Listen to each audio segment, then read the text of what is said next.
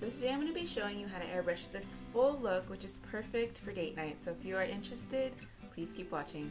So the first thing I'm going to do for this look is do my air shadow. So here I am using medium brown, and I am using a stencil to go ahead and shield the under area of my eye just because I want it to be a really defined line.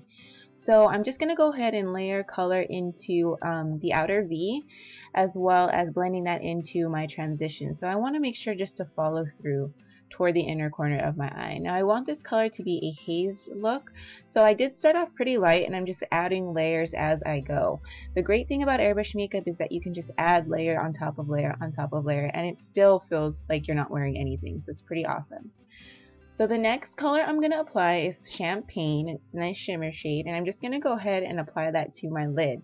The reason why I'm applying this color instead of the outer V color or the outer corner color is because I don't want the glitter to go on top of the outer corner color just because it's more for defining. So I want to make sure to put this one on first.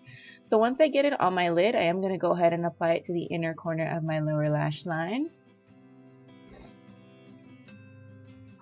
And then once that's settled, I'm going to go ahead and add more to my tear ducts just for an added highlight, of course, bring the focal point to my eyes. And then I'm going to go ahead and apply it to my brow bone, and here I just want to go ahead and protect that medium brown in the transition from getting too shimmery or too much shimmer on it. So I wasn't satisfied with how much shimmer was on the lower lash line, so I'm just going to go ahead and go over that one more time. Next, I'm going to be taking my defining color, and in this case, it's dark brown, and I'm just going to go ahead and apply it to the outer corner of my eyelid, blending it into that outer V. Now, I want to make sure to blend it into the medium brown and then transition, but not cover it completely. Once again, I want to create that hazed look, and to do that, you just have to layer colors. So when I'm doing air shadow, I like to have my compressor dial at 10 o'clock and just lightly pull on the lever. So here I'm applying it to my lower lash line. This is the same dark brown, connecting it from the outer V, and then connecting it to the champagne on the lower lash line. And now I'm just defining that line. So when you notice that you overspray, just go ahead and take a Q-tip with a little bit of cleaner or dry and just wipe it off to smoothen it out. Next, I'm going to apply my airliner. Here I'm just using Onyx with my cat eye and stencil. And if you're unfamiliar with the way I do airliner, I will have links to my airliner videos below for you. So don't worry if this is going too fast for you. And remember to put some airliner to smoke out the lower lash line, just on the outer corner. So the next step here, I'm going to apply my blush. Yes, I do put on blush before I put on my foundation just because I find it's more of a natural look. So my compressor dial is at 12 o'clock for this, and I'm usually going in circular motions to start, and then I'll go in a swooping motion to finish off my blush. And the blush shade that I'm using for this look is just dark peach pink.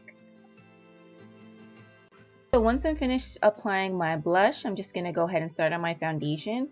So I'm going to start just by tucking my hair back and starting at my ear and working my way down my jawline. Now I find that my jawline needs more coverage, so I always go there first because I know I'm going to go there again later. So I'm just taking it from side to side, once again moving in circular motions. You always want to make sure that your airbrush is constantly in motion. That way you don't get any hot spots or any patches or odd patches of color.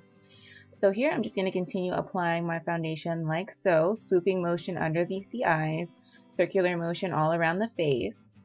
Like I said before, I find that my jawline needs more coverage, so you'll see me focusing there more than like my forehead or my temples.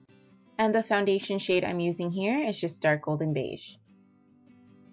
Once I'm finished applying my foundation, of course, to my face and then part of my neck, I'm just going to go ahead and start contouring my face. Now here I mixed about 3 drops of nutmeg with 4 drops of dark golden beige, and I'm just going to go in a swooping motion starting at the where my ear starts and then just kind of going underneath my cheekbone, and then I'm going to go ahead and go in a C motion up past my temples and blend it into my forehead, and then I'm going to go across my forehead and then make sure to do right in front of my ears and drag that down to my jawline, and then I'm also going to apply this contour shade to my neck as well, just because you want everything to be nice and blended.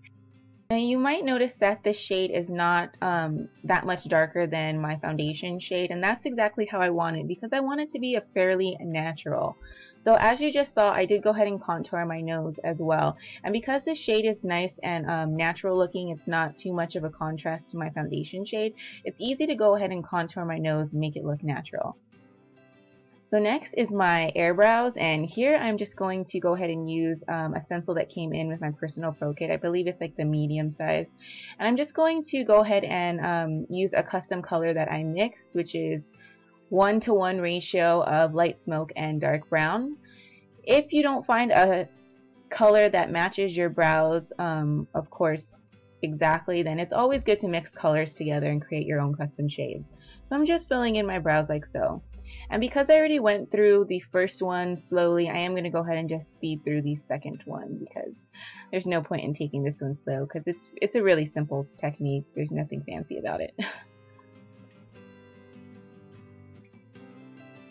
And once I'm finished airbrushing my brows, I am going to take a spoolie brush and I'm going to go ahead and just soften it up, especially in the middle part here, because I want it to be soft and look natural, not too harsh of a line.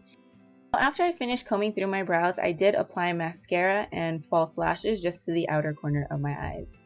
And this is the finished look. Thank you so much for watching, and please don't forget to like, comment, and subscribe.